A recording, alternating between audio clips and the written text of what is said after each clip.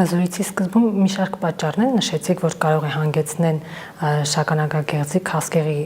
զարգացմանը, իսկ ալկոհոլն ու ծխախոտը կապ ունեն։ Ալկոհոլը եւ ծխախոտը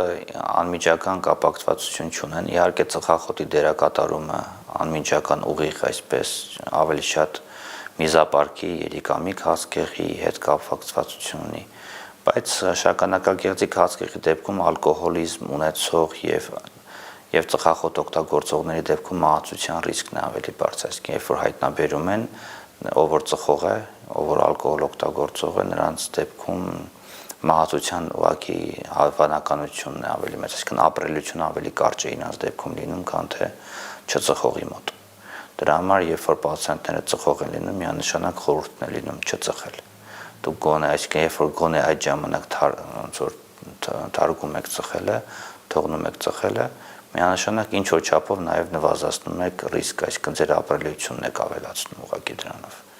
Այսինքն անմիջական կապ քաղցկեղի առաջացման դեպքում չունենք, բայց ում մոտ էլ առաջանում է ծխողներ եւ չծխողներ, միանշանակ ապրելությունը բարձր է այն մարդկանց մոտ, ովքեր ծխող չեն։